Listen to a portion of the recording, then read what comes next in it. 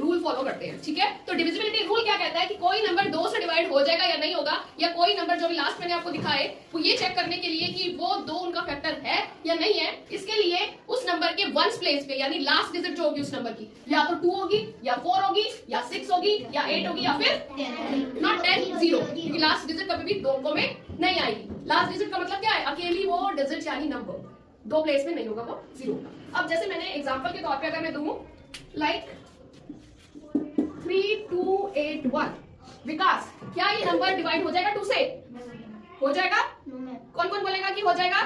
Raise your hand, raise your hand. कौन कौन बोल रहा है कि ये नंबर 2 से डिवाइड हो जाएगा? बोलो बोलो।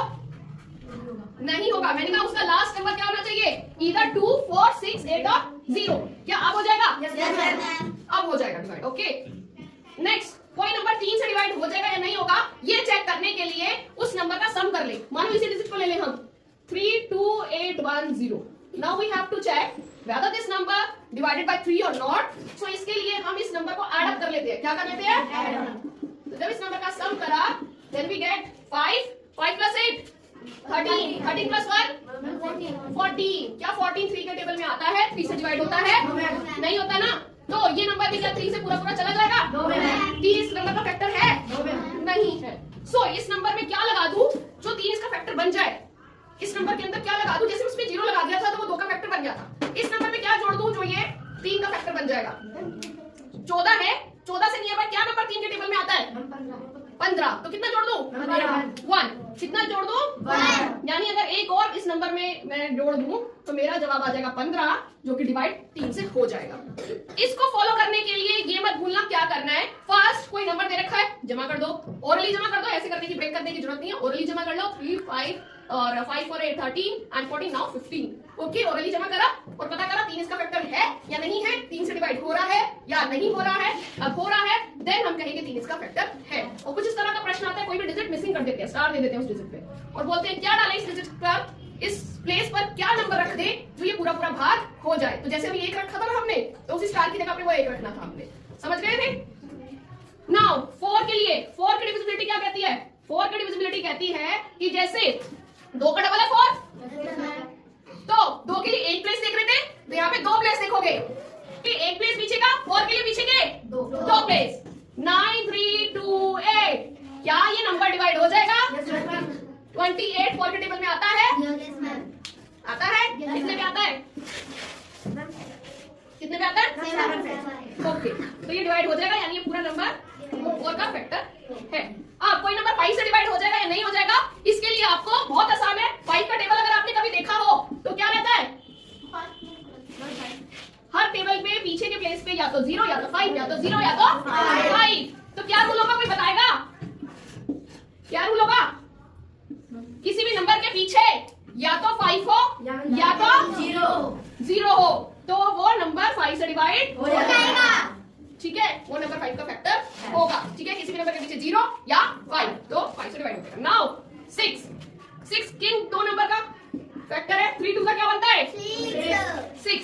अब ये दोनों नंबर मिलके इसको बनाते हैं, तो ये नंबर का फैक्टर चेक करने के लिए आपको ये चेक करना पड़ेगा क्या जो गिवन नंबर है वो 3 से डिवाइड है और 2 से डिवाइड है, तब जाकर आप बता पाओगे कि वो 6 का भी फैक्टर है। जैसे कि ये नंबर मैंने लिया था ऊपर 32801, इधर 2 ले लोगे। क्या ये नंबर 2 का फैक्टर है? है, 2 है पीछे। प्लस कर लो, प्लस करके 3 का बताओ। 5 13 14 16। तो 3 का फैक्टर है? नहीं है ना, 16 आ रहा है। लेकिन अगर ये 2 है, इधर इधर 1 की जगह मैं 2 दे दूं, कितना रहता? 16। तो इस 1 को हटा दूं अगर मैं, ठीक है, ये नंबर बना दूं 3 + 2 5 प्लस 13 और 13 और 2 15। तो क्या अब ये 3 का फैक्टर है? है ना? तो ये 3 का भी है और अब 2 का भी है, तो ऑटोमेटिकली ये 6 का भी फैक्टर है। Got it? 7 का हम नहीं कर रहे, थोड़ा टफ है, आगे नेक्स्ट क्लास में करेंगे। 8 के लिए 2 का डबल 4, 4 का डबल 8। 2 के लिए 1 प्लेस देखा था लास्ट का, 4 के लिए 2 प्लेस देखे थे, 8 के लिए सॉरी 8 के लिए 3 प्लेस लास्ट के हम देखेंगे। तो 3 के प्लेस जो मैंने लास्ट के देखे, तो अगर मैंने आगे 0 0 डाल दिया, पीछे 8 डाल दिया, तो क्या ये 8 का फैक्टर है?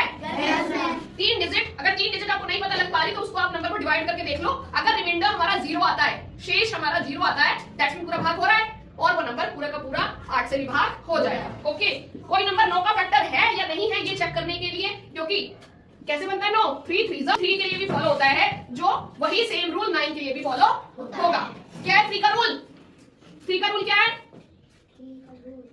3 का डिविजिबिलिटी चेक करने के लिए कि कोई नंबर 3 से भाग हो जाएगा नहीं हो जाएगा, हम क्या करते हैं? उस नंबर को जमा करके ही चेक करते हैं। क्या करते हैं? जमा करके।